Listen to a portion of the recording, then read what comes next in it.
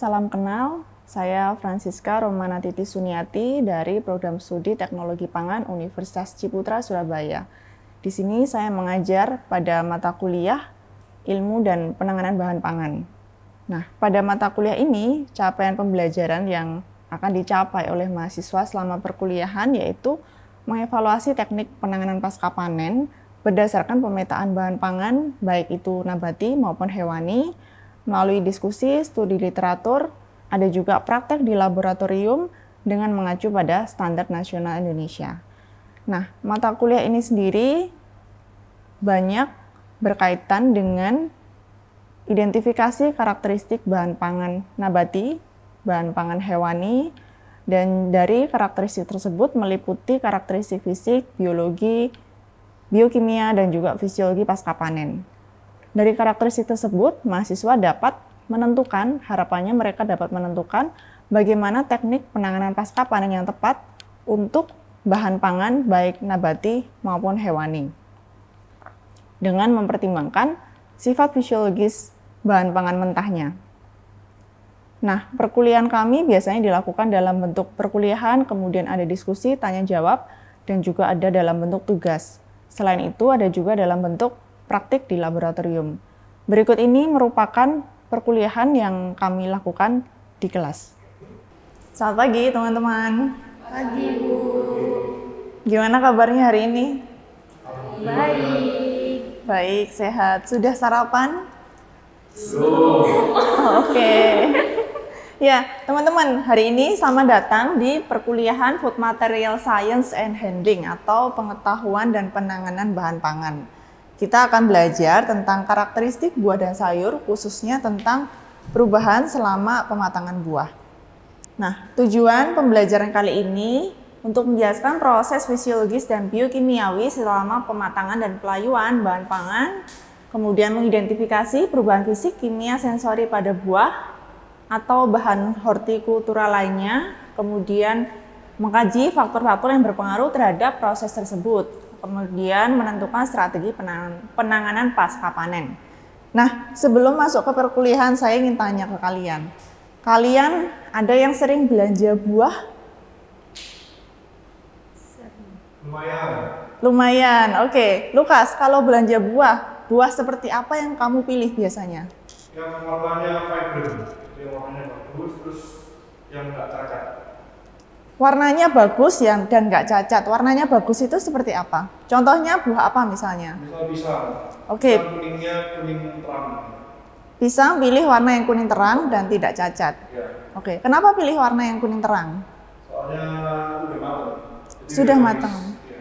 Sudah matang, sudah manis. Pilih warna kuning terang karena sudah matang dan sudah manis. Oke, itu yang akan kita pelajari sekarang. Kebetulan ini contohnya juga pisang. Jadi kita akan mempelajari kalau di pisang mentah dan matang ini mungkin sederhana ya teman-teman. Kalau kalian mengamati sebenarnya apa sih perbedaannya antara secara fisik yang paling terlihat buah mentah dan matang itu perbedaannya apa? Warnanya. Warna, oke, selain warna, tekstur. Teksturnya bagaimana teksturnya? Yang matang lebih lembek daripada yang belum matang. Kemudian apa lagi? Selain tekstur, warna, aromanya seperti apa? Lebih tercium aromanya. Kalau mentah itu biasanya nggak ada aroma buah itu sendiri. Kalau pisang biasanya tidak tercium aroma pisang, sedangkan yang sudah matang itu lebih keluar aromanya. Oke, jadi aromanya lebih tercium begitu ya. Kemudian dari perbedaan karakteristik itu, kira-kira apa sih yang membedakan atau yang mempengaruhi proses perubahan itu? Kalau kita lihat, teman-teman bisa lihat ini ya, mungkin teman-teman juga sudah belajar gitu ya waktu SMA, ada hormon tanaman. Jadi mulai dari ini waktu masih sebagai tanaman, buah sebagai tanaman, itu ada beberapa hormon seperti hormon pertumbuhan, pemanjangan sel, kemudian ada giberelin, perkembangan, ada pembelahan sel, dan juga ada hormon etilen, hormon untuk pematangan buah. Nah, hormon-hormon ini bekerja ketika buah itu masih dalam proses pertumbuhan. Jadi ketika dalam proses pertumbuhan masih dalam menempel di tanaman, dia mengalami perkembangan sel, kemudian pertumbuhan sel, kemudian pemanjangan sehingga dari ukuran kecil agak besar dan kemudian membesar. Nah, itu yang terjadi selama budidaya atau selama ya masih dalam bentuk tanaman. Nah, kemudian ketika si buah ini misalnya tomat ini kalau sudah matang, sudah mulai matang, hormon pertumbuhan ini akan mulai berhenti. Hormon pertumbuhan akan berhenti, kemudian hormon etilen ini akan mulai bekerja. Salah satunya dia akan bekerja pada proses pematangan buah dan absisi. Absisi itu adalah buah kalau sudah matang atau daun kalau sudah tua itu kan biasanya lebih mudah lepas dari tangkainya. Nah, itu absisi. Jadi etilen itu juga memicu pelepasan buah dari tangkai pohonnya. Kemudian setelah itu dia juga akan memicu proses pematangan buah. Nah, ini yang terjadi ketika di proses pematangan buah di tomat maupun di pisang. Nah, kalau di pisang tadi, pisang itu kan masih ada beberapa juga pisang masih hijau, tapi juga ada yang sudah matang. Nah, kira-kira proses pemanenannya itu saat kapan? Setengah matang, belum terlalu matang banget. Betul, jadi kalau di tahap pematangan buah, itu ada namanya buah mentah, masak, dan matang. Mentah itu ya ketika dia masih mengalami pertumbuhan sel, perkembangan sel. Kemudian masak itu adalah ketika proses pertumbuhan sel itu sudah mulai berhenti, kemudian dia sudah mulai ada perubahan warna, kemudian etilen sudah mulai bekerja. Nah, itu masak. Jadi ketika pada fase masak itu buah itu sudah bisa dipetik. Buah sudah bisa dipetik, tapi itu sebenarnya belum dalam kondisi optimal kalau untuk dikonsumsi. Jadi biasanya masih warnanya sudah kekuningan, tapi belum kuning sempurna. Teksturnya sudah lebih lunak dibandingkan yang mentah, tapi belum cukup lunak untuk dikonsumsi. Rasanya juga mungkin masih agak sepat, tapi manisnya belum optimal. Nah, sedangkan buah yang matang itu ketika si buah itu sudah ada dalam kondisi optimal pematangan. Teksturnya sudah cukup lunak, manis, kemudian warnanya itu juga sudah berubah menjadi kuning optimal atau kalau tomat ya merah. Nah, kalau kita tadi melihat etilen itu sebenarnya apa sih? Etilen itu salah satu hormon untuk mengatur pertumbuhan, bentuknya dalam bentuk gas. Kemudian tidak berwarna, mudah menguap, dan di sini dia berfungsi sebagai aktivator enzim. Jadi ketika etilen itu mulai aktif, dia juga mengaktifkan enzim-enzim yang lain. Tadi misalnya enzim yang mengubah rasa. Enzim yang mengubah rasa dari tidak manis menjadi lebih manis. Kemudian enzim-enzim yang lain terkait enzim pemecahan komponen makanan yang lain, dia juga bekerja di sana. Kemudian etilen itu juga berpengaruh terhadap menghentikan dormansi umbi, menginduksi pelepasan daun atau absisi tadi, kemudian menginduksi tumbuhnya bunga. Dan untuk etilen sendiri sebenarnya tidak hanya ada di buah, tapi dia juga ada di bunga, biji, daun, dan akar. Yang mungkin yang paling mudah kita amati memang yang ada di di buah begitu ya. Buah ada perubahan warna, itu adalah kinerja dari etilen. Nah, teman-teman, kalau teman-teman mengamati begitu ya, ada buah yang ketika disimpan sudah dipetik, ketika disimpan dia mengalami proses pematangan. Tadi seperti ada pisang, mungkin ada buah yang lain. Kemudian ada juga buah yang ketika disimpan dia tidak mengalami pematangan atau tidak mengalami perubahan. Nah, kalau di sini kita membaginya dalam dua jenis, klimakterik dan non klimakterik. Klimakterik ini kalau ini kita lihat dari proses respirasinya dan juga kinerjanya etilen. Jadi kalau di klimakterik itu ini ketika buah masih dalam bentuk tanaman, belum dipanen. Jadi tahap ini masih dalam bentuk tanaman. dia cukup rendah begitu ya untuk etilen. Kemudian kalau untuk CO2 ini proses respirasinya sebenarnya dia tidak terlalu berbeda jauh antara klimakterik dan non klimakterik ketika masih dalam bentuk tanaman. Nah, yang membedakan apa? Yang membedakan itu ketika dia sudah dipanen. Kalian tahu tidak, proses pemanenan itu akan terjadi di fase yang mana?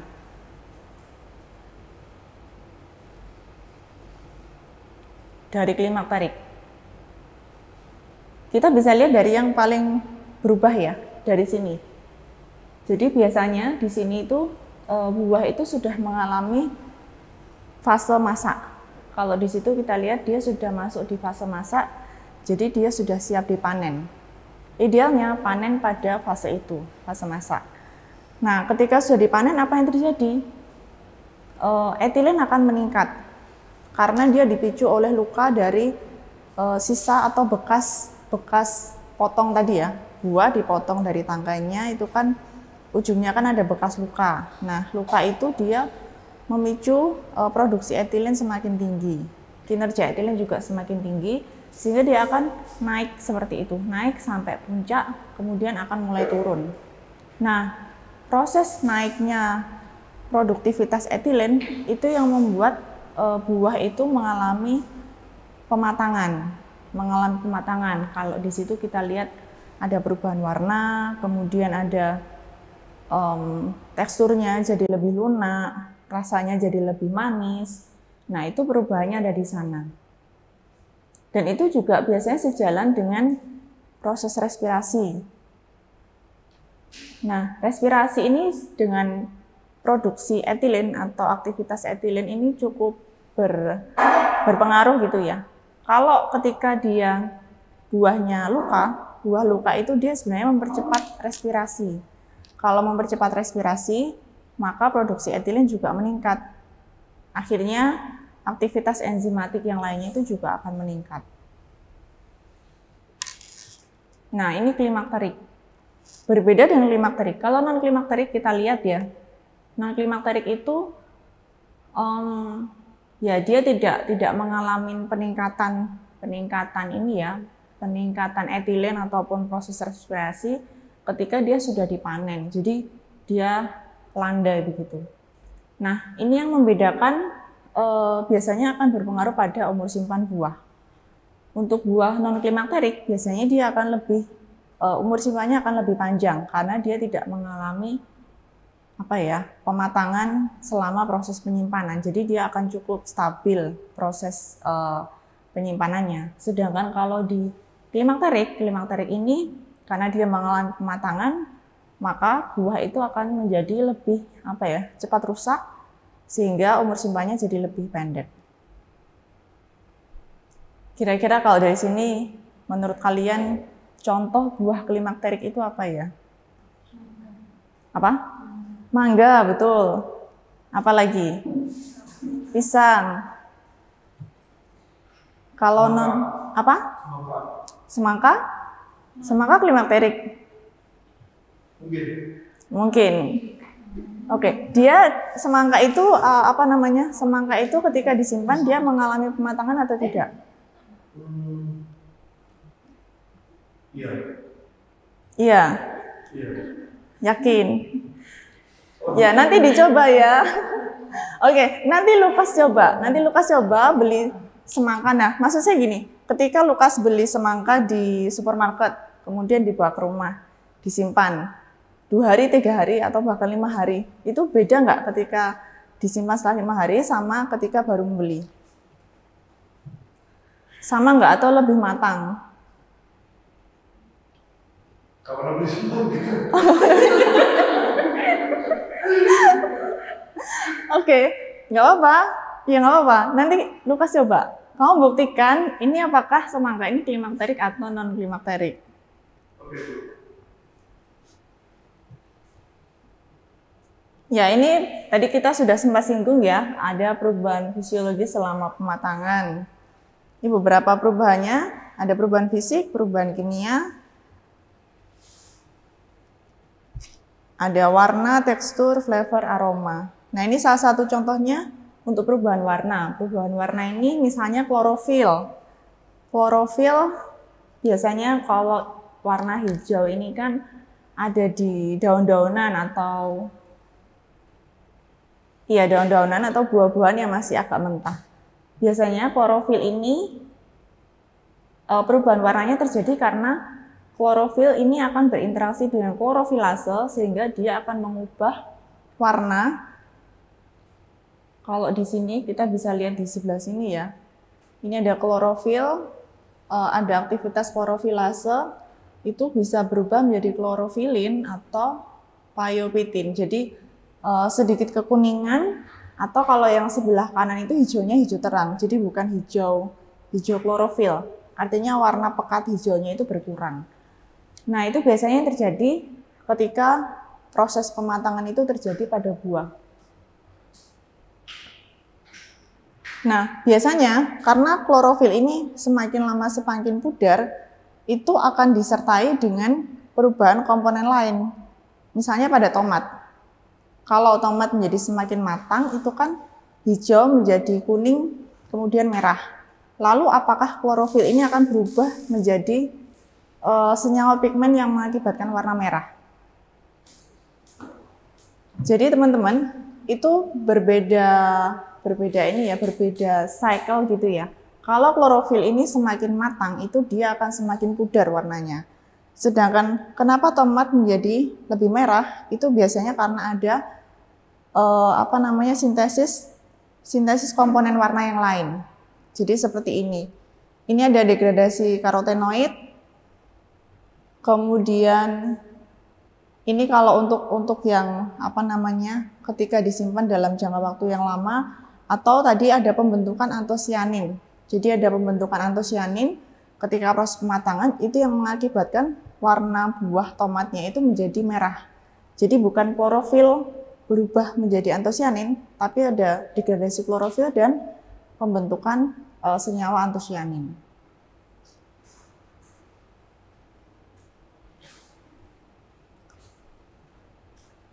Ya, kemudian ini contoh untuk tahap pematangan buah pisang gitu ya. Tahap pematangan buah pisang, ini ada yang hasil penelitian menunjukkan seperti ini. Ada tahapannya. Dari yang pertama masih dalam bentuk hijau semua, kemudian menjadi lebih kuning, kemudian sampai menjadi kuning semua. Dan pada akhirnya ketika sudah menjadi kuning semua, itu dia akan lama-lama menjadi overripe. Nah, pada proses ini juga terjadi perubahan tekstur. Perubahan tekstur kalau teman-teman amati, biasanya teksturnya itu kan akan menjadi lebih lunak.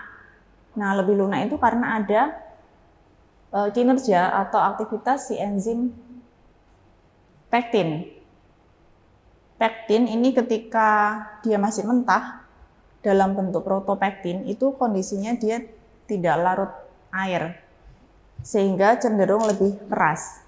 Kemudian ketika matang, pektin ini akan diubah menjadi senyawa pektin yang lain, senyawa turunan pektin yang larut air, sehingga teksturnya menjadi lebih lunak. Nah, apakah pelunakan tekstur itu karena perubahan pektin saja? Tentu tidak, itu sangat kompleks ya. Jadi ada perubahan pektin, kemudian ada juga perubahan senyawa karbohidrat dari pati diubah menjadi glukosa, dan itu juga membuat teksturnya juga menjadi lebih lunak. Kemudian perubahan rasa manis. Perubahan rasa manis ini biasanya tadi ya karena adanya glukosa dari perubahan pati yang diubah, didegradasi menjadi glukosa. Ini membuat si buah itu rasanya menjadi lebih manis. Kemudian kadar asam juga menurun ketika dari mentah menjadi matang, dia akan menurun. Jadi ini kalau buah mentah, dia sangat tinggi astringen, senyawa tanin yang membuat dia sedikit sepat gitu ya. Sedangkan waktu matang, tanin ini mengalami polimerisasi sehingga sudah tidak sepat lagi. Ditambah ada degradasi pati. Jadi rasanya menjadi lebih manis. Kemudian ada perubahan protein karena ada aktivitas atau aktivasi enzim yang tersusun dari protein, sehingga aktivitasnya menjadi meningkat. Laju sintesis protein juga meningkat. Kemudian untuk lipid ini sebagian juga menjadi senyawa pembentuk aroma. Makanya itu kenapa ketika sudah matang, aroma mangga, aroma pisang itu menjadi lebih terasa kuat. Jadi aromanya itu lebih tercium kuat.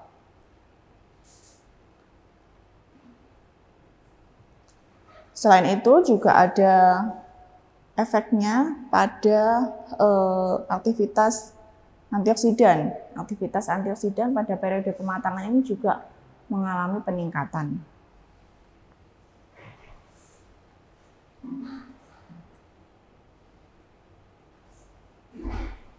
Ya, ini untuk perubahan karbohidrat yang tadi saya sampaikan, itu ada selama fotosintesis ketika masih dalam bentuk tanaman, sukrosa akan diubah menjadi pati.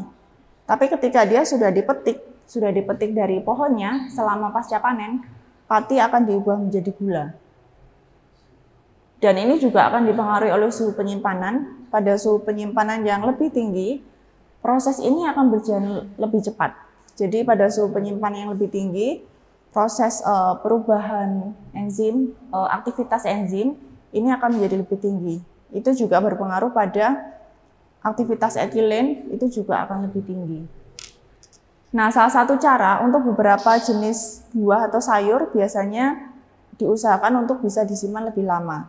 Salah satu caranya adalah disimpan dalam suhu yang lebih rendah, sehingga itu bisa menghambat aktivitas enzim dan akhirnya dia bisa memperpanjang umur simpan dari buah atau sayur itu. Cara lain yang bisa dilakukan adalah ini ya, penambahan atau penggunaan ethylene inhibitor. Ethylene inhibitor ini salah satunya 1-MCP. 1-MCP ini dia cara bekerjanya itu mirip, dia menyamakan diri seperti etilen, bentuknya seperti etilen. Kemudian sehingga reseptor itu mengenali itu sebagai etilen. Ketika dia menangkap si 1-MCP, maka reseptor ini sudah tidak bisa menangkap etilen. Sehingga etilennya itu tidak bisa bekerja begitu ya, tidak bisa aktif ketika tidak bisa aktif melakukan aktivitas yang seharusnya dia lakukan. Nah, ini contoh untuk pengaruh penggunaan 1-MCP pada pematangan tomat. Nah, itu yang kontrol itu artinya tidak diberi 1-MCP, yang sebelah kanan itu diberi 1-MCP.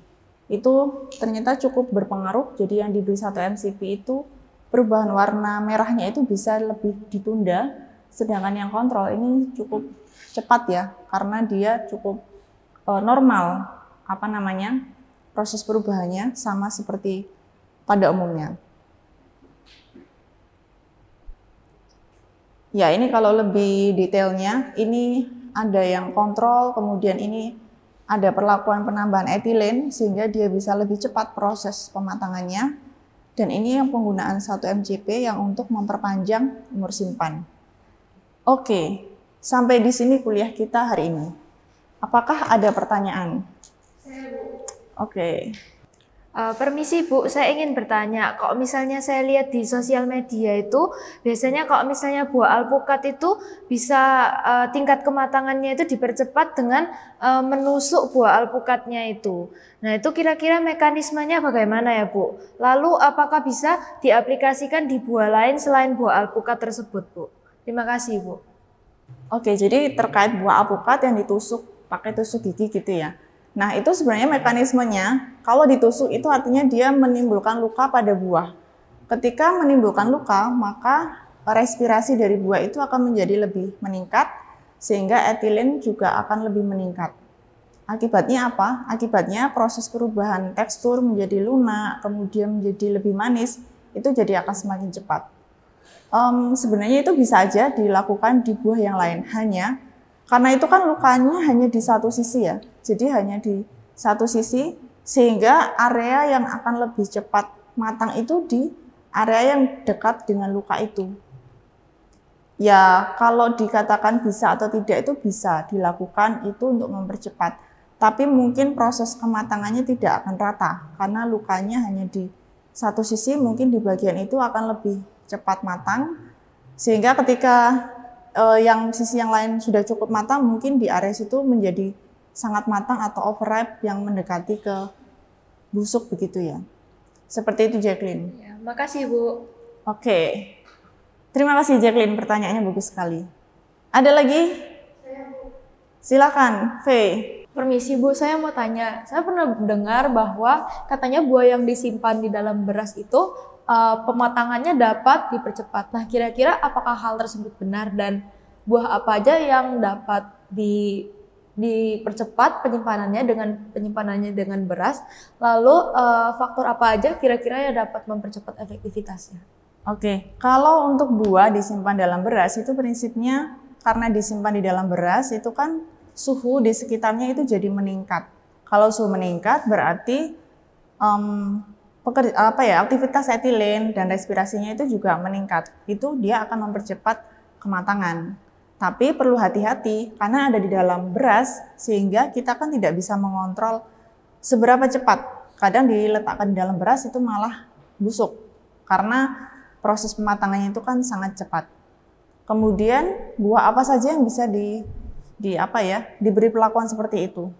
Karena buah untuk mempercepat kematangan berarti ya sebenarnya buah klimakterik apapun itu bisa. Tapi itu tadi kembali lagi perlu hati-hati karena itu kita tidak bisa mengontrol, mungkin akan menjadi sangat cepat matang atau malah menjadi overripe. Itu yang sangat dikhawatirkan ketika dilakukan dalam kondisi seperti itu. Tapi ketika kontrolnya cukup sering tidak masalah dengan proses kontrol, ya itu bisa saja. Seperti itu, Faye, kalau dari saya. Makasih, Bu. Oke, mungkin untuk kelas hari ini, kalau misalnya tidak ada pertanyaan lagi, kita akhiri sampai di sini. Teman-teman silahkan mengeksplor buah-buah, tadi seperti Lukas ya, bisa coba nih membuktikan buah semangka ini buah klimakterik atau non klimakterik. Nah, teman-teman yang lain juga begitu. Jadi silahkan mengeksplor atau membuktikan apapun yang kalian dapat di kelas hari ini. Oke, terima kasih untuk hari ini. Sampai jumpa di minggu depan. Demikian pemaparan saya pada pembelajaran mata kuliah ilmu dan penanganan bahan pangan. Secara umum, mata kuliah ini membahas terkait karakteristik fisiologis bahan pangan untuk menentukan teknik penanganan pasca panen.